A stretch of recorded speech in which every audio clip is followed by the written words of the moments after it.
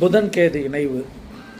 ஒரு ஜாதகத்தில் புதன் கேது இணைவு இருந்துட்டாலே அவர்கள் கூட்டு தொழில் செய்யக்கூடாது, கூட்டு தொழில் செஞ்சால் அதில் பிரச்சனை வந்துடும் அப்படின்னு பொதுவாக ஒரு பலனை சொல்லக்கூடாது.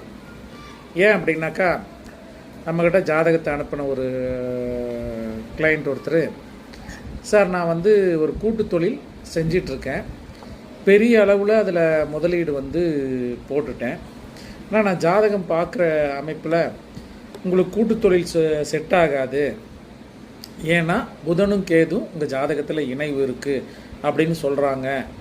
எனக்கு கூட்டு தொழில் இது வரைக்கும் நல்லா தான் போயிட்டுருக்குது, அதில் நல்லா சம்பாரிச்சிட்ருக்கேன், செட் ஆகுமா ஆகாதா அப்படின்னு கேள்வி கேட்குறாரு.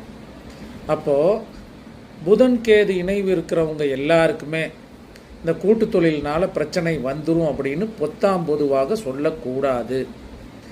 அந்த புதன் கேது இணைவு இருந்துச்சுன்னா, ஒரு உதாரணத்துக்கு ஒரு மேச லக்னம், மேச லக்னத்துக்கு 10ஆம் இடத்துல,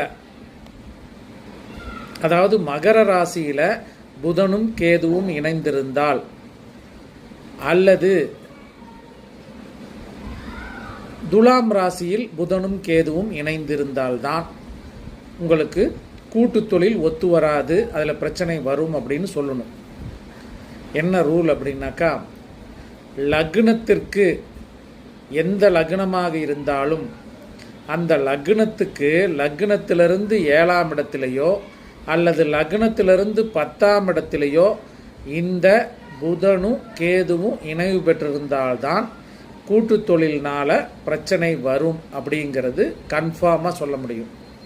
அப்போ ஏதாவது ஒரு இடத்துல, இந்த இடத்துல இல்லாமல் மற்ற இடத்துல இருக்கிறவங்களுக்கெல்லாம் இந்த புதன் கேது இணைவு கூட்டு தொழில் ஒத்து வராது அப்படிங்கிறது பொதுவாக சொல்லக்கூடாது. அடுத்தது, உங்கள் ஜாதகத்தில் குரு பகவான் எங்கே இருக்காரோ, ஒரு உதாரணத்துக்கு குரு பகவான் தனுசு ராசியில் இருக்காருன்னு வச்சுக்கிட்டாக்கா, உங்களுக்கு புதன் கேது இணைவு மிதுன ராசியிலோ அல்லது கன்னி ராசியிலோ இருந்தால் கூட்டு தொழில் ஒத்து வராது அப்படின்னு சொல்லணும். அப்போது இந்த லக்னத்திற்கு 7ஆம் இடத்திலோ 10ஆம் இடத்திலோ இருக்கக்கூடிய நபர்கள் மற்றும் குருவுக்கு 7-10 புதன் கேது இருக்கக்கூடிய நபர்களுக்கு கூட்டு தொழில் ஒத்து வராது. இதனை அனுசரித்து பலன் சொல்ல உங்களுக்கு சிறப்பான அமைப்பாக இருக்கும். நன்றி, நமஸ்காரம்.